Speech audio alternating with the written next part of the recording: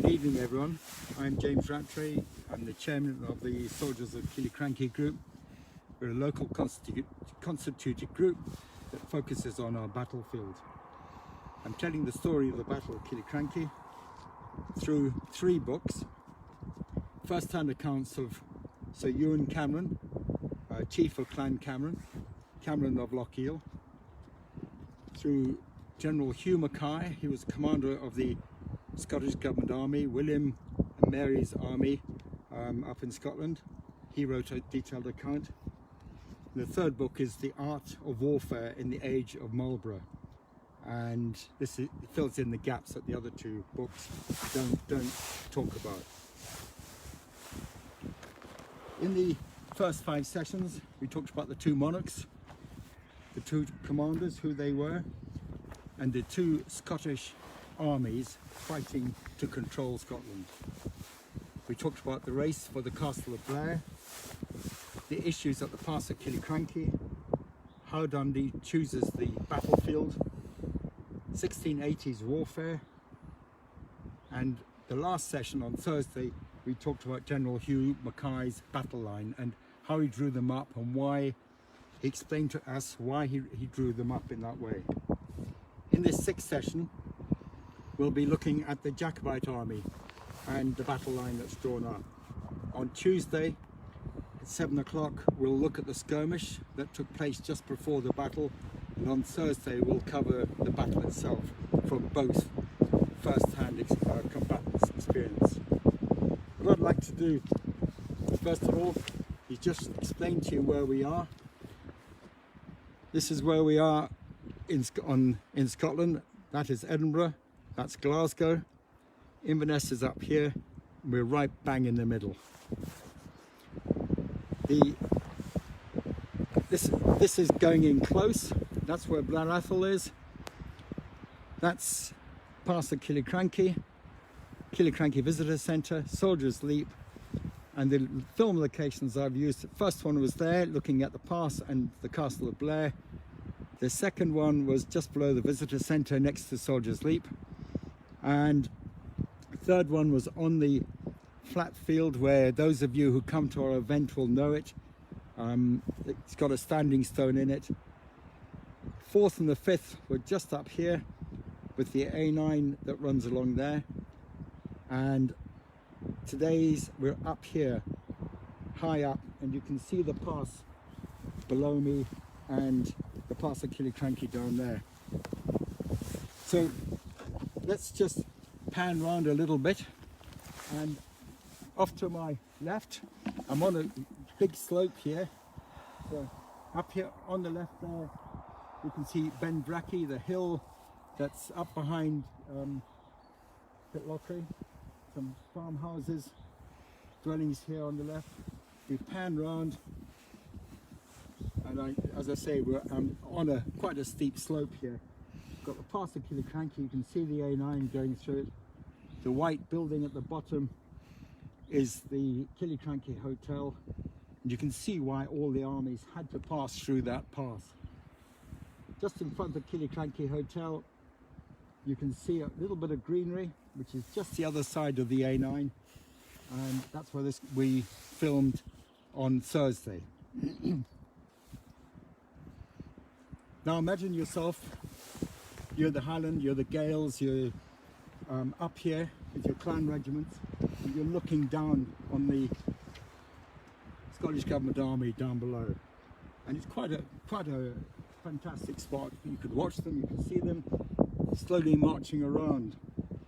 And psychology was a huge part of the battle as well, I believe, and we'll cover more of that as we go through. The A9 I've mentioned was built in the late 70s, 80s, and it dissects the battlefield. Where we're standing here is where the Scottish, the Highland clans lined up. On the other side is where the Scottish Government Army, the William and Mary Army, lined up. Transport Scotland have been asked to dual the road, and it was an opportunity really for us as Scotland to look at this battlefield. But unfortunately, Transport Scotland seemed along with Historic Scotland, didn't really take the battlefield into consideration. The 2011 Scottish battlefield protection legislation failed. Us local people in Killiecrankie thought we had some protection, the battlefield had some protection, but in all honesty that has proved not to be the case. Coronavirus is here, lower levels of traffic. I suspect that will stay that way, so hopefully there'll be a question mark as to whether the duelling is actually needed through the battlefield, but we'll see. Okay, coming back to where we were last session, General Hugh Mackay had lined up his army. He had explained to us why he'd done that, and now we're going to go to Cameron of Lochiel, and hence my bonnet. I need the bonnet today because would you believe it's actually been trying to snow here as well, so it's quite cold. Cameron of Lochiel starts by telling us about Mackay's army. He says Mackay drew his troops up as they issued out of the narrow defile, so past the Killiecrankie, onto the aforesaid plain, which is down the bottom there, and that he might be capable to flank Dundee on both sides in case of an attack. So, as we learnt from Mackay, he drew his army up to full extent. Over there is the old Skirmish stream. It runs. You can see the trees in front of the Killiecrankie Hotel. That's where the burn, the stream runs, and on the other side is the old Clune. And he continued, Mackay ordered his battle line all in one continuous line, without any reserves, 3 deep only, which made a very long front. Mackay's army consisted of no less than 3,500 foot and 2 troop of horse. And if you notice Lochiel there, he said 3 deep only. So again, as you talked about in Mackay's case, European armies at that time, often they would go 5 deep so as to keep up a continuous fire. And obviously Mackay was very keen that he wasn't going to be outflanked by the Highland army's horse and also the fleet-footed Highlanders. So let me continue with what Lochiel tells us. Having thus formed his lines, Mackay commanded his troops that were much fatigued from the quick march from Dunkeld to sit down upon the ground in the same order they stood, so that they might be somewhat refreshed, obviously before the battle. And he says, Dundee and his Highland Clan army kept to the higher ground, and as his advance guards came in view of the plain below, they discovered no enemy. But as they came nearer, they observed them jump up to their feet, regiment by regiment. But Dundee never halted till he was within a musket shot of them, and posted his army upon the brow of the hill opposite to them.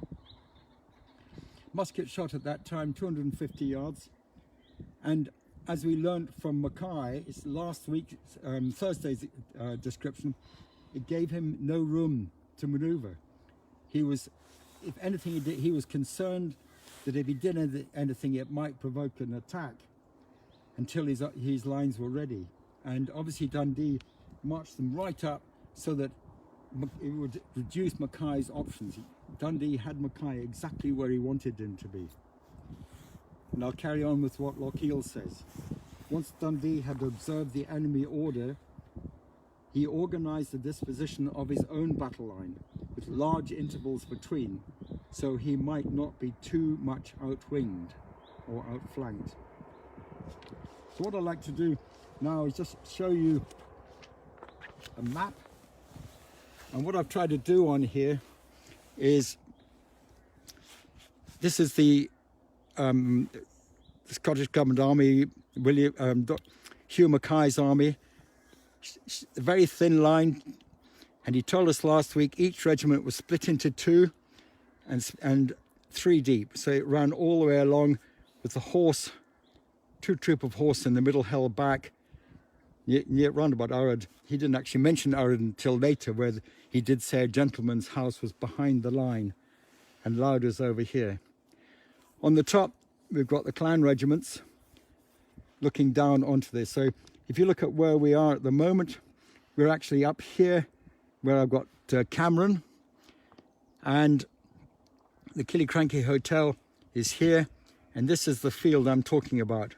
which you can see just in front of the Killiecrankie Hotel at the bottom. So let me continue. Lochiel says before he could make these changes, the enemy began to play upon him with some field pieces they had brought with them for the siege of the castle of Blair. These field pieces, as we've mentioned previously, were 3 leather cannon. They were leather to make them lightweight, transportable on horseback. And there's an interesting wee story anecdote about these field pieces. The guns themselves didn't do much during the battle, but there is one incident, and one of the reasons that they believe the guns didn't do so well was the carriages were too weak for service. And one of the guns burst when it attempted to fire its 3rd shot. The story is about one of Glengarry's men. There was one casualty, goes by the name of Grant, who served in Glengarry's battalion.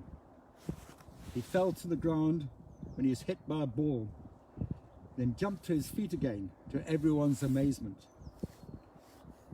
Word soon spread amongst the clans. Who needed to fear the enemy? And the enemy's artillery, all it would do was knock you to the ground. And I suspect these field pieces, the ball was quite small, fired from right down there. By the time it had got up to here, obviously any velocity, it was the end of its range. And again, this was a big psychological factor. Quickly it spread through the clansmen that even their field pieces weren't much good. Okay, I'm going to carry on. Lochiel continues. As their whole army fired upon the Highland Army in platoons, which ran along from line to line for the whole time Dundee was positioning his troops. So, as Dundee was organising the troops, they fired along the bottom, because you can, as we said, and Lochiel's told us, they were at the maximum range of their muskets. About 250 yards is our interpretation, because we understand the muskets. That was the effective range of the musket at that time. And Lochiel tells us this is how Dundee organised his clan regiments. So John MacLean had his battalion on the very right. MacLean was from Duart. Then the Irishman under the command of Colonel Pearson, followed by the tutor of Clan Ranald with his battalion. A tutor was the name given to an older relative who became the effective leader of the clan during the minority of the clan chief. In other words, the clan chief was too young, and the tutor, this older relative, would lead the clan. So Clan Ranald was led by a tutor. Then after that came Glengarry, and then after that, next is few horse posted in the centre, not exceeding 40, and all of these very lean and ill-kept. I'm not sure what that quite means. Does it mean they weren't fed? I'm not sure. Anyway, next was Lochiel of Clan Cameron with his Lochaber men, followed by Sir Donald's battalion, MacDonald's, on the left of all.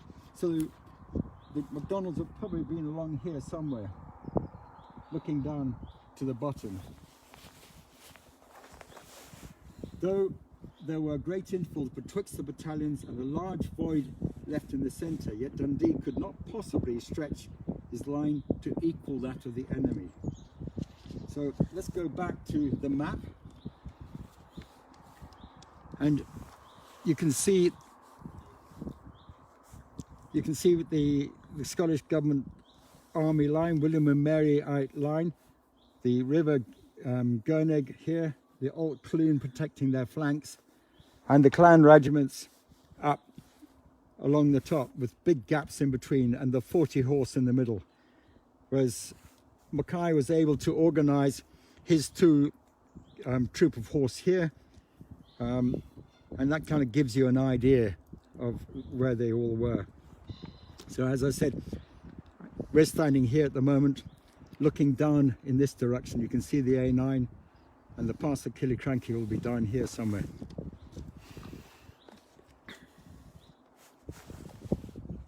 I'll continue with Lochiel.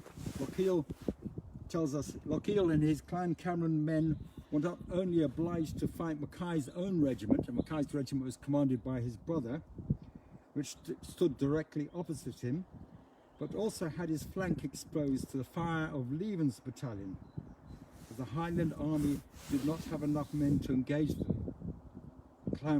Cameron were to suffer much. And we'll hear about that in the battle on Thursday and the aftermath as well, which will be next Sunday.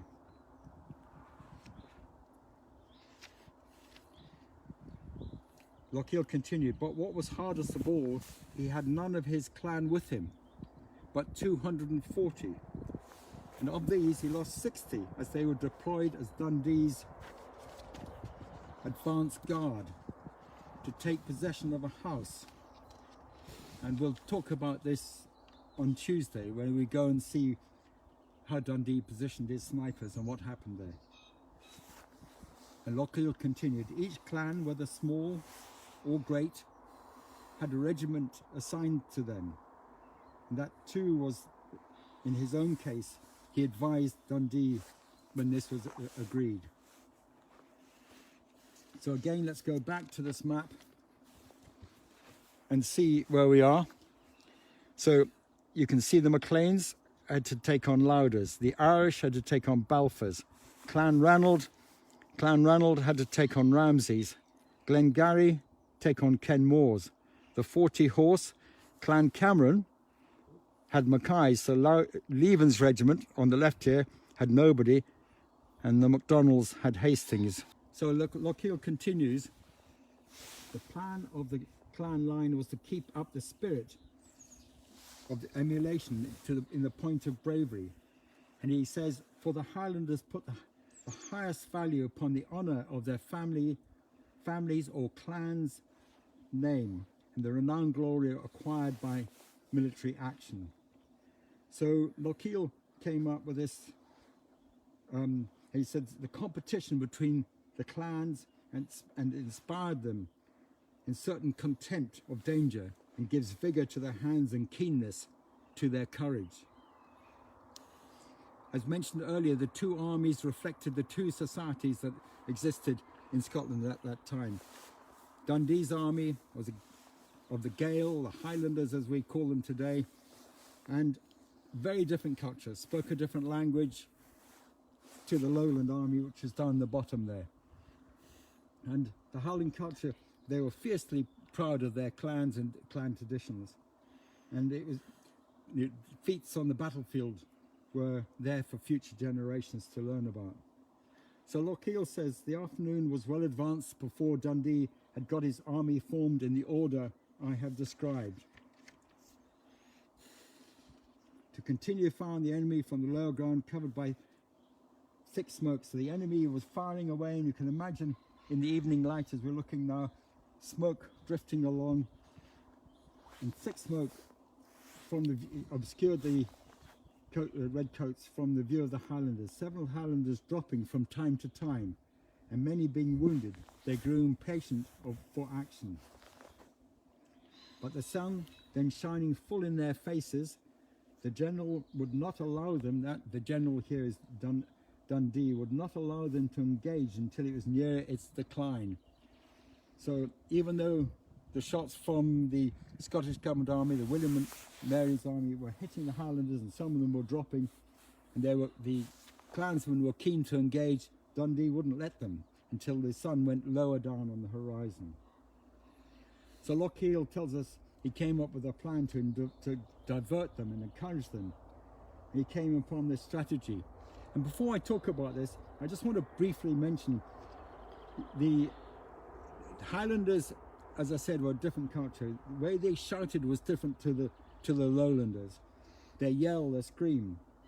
And there are a number of accounts of this. The Battle of Kilsyth in 1645, and I'm going to just mention the quote, the bit that I've picked up. The hideous shout with which the Highlanders charged, their wild appearance and the extraordinary speed with which they advanced nearly naked, with broadswords in hand, struck a panic in their opponents. And talking about that shout, battled Preston Pans in 1745, uttered that shrill war cry. And in 1822, Sir Walter Scott organised a banquet there for George IV in the Parliament House in the Great Hall in Edinburgh. And Walter Scott had to warn George IV and those from England that the Highlanders cheered in a very different way to the way that people expected in the lowland and further south.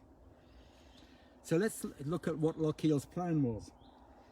Lochiel commanded his men who were posted in the centre to make a great shout, which, being seconded by those on the right and left, ran quickly through the whole Highland army and was returned by some of the enemy. Lochiel continues, but the noise of the cannon and muskets which echoed on the adjacent hills and rocks made the Highlanders fancy that their shout was much brisker and louder than that of the enemy. And Lochiel tells us, he cried out, "Gentlemen, take courage, the day is ours. I am the oldest commander in the army, and have always observed something ominous and fatal, and such a dead, hollow, feeble noise of the enemy made in their shouting. Ours was brisk, lively and strong. It shows that we have courage, vigour and strength. Theirs was low, lifeless and dead. This prognostics they are doomed to die by our hands this very night," said Lochiel. He continued, though this circumstance may appear trifling to an inadvertent reader, yet it is not to be imagined how quickly these words spread through our army, and how wonderful they were, encouraged and animated by them. So as I said before, psychology was very, very important. The Highlands way of life, the Gaels, was hugely had huge superstitions, and omens were very, very important. And also, as I said, if you look down now, especially in this beautiful evening light, with the Killiecrankie Hotel, which is a very nice hotel, better get that plug in quickly, there, lit up. In front of it you can see the long shadows on that green grass. That's where we filmed from on Thursday evening. You can see the pass behind with the A9 on its built up on its support posts.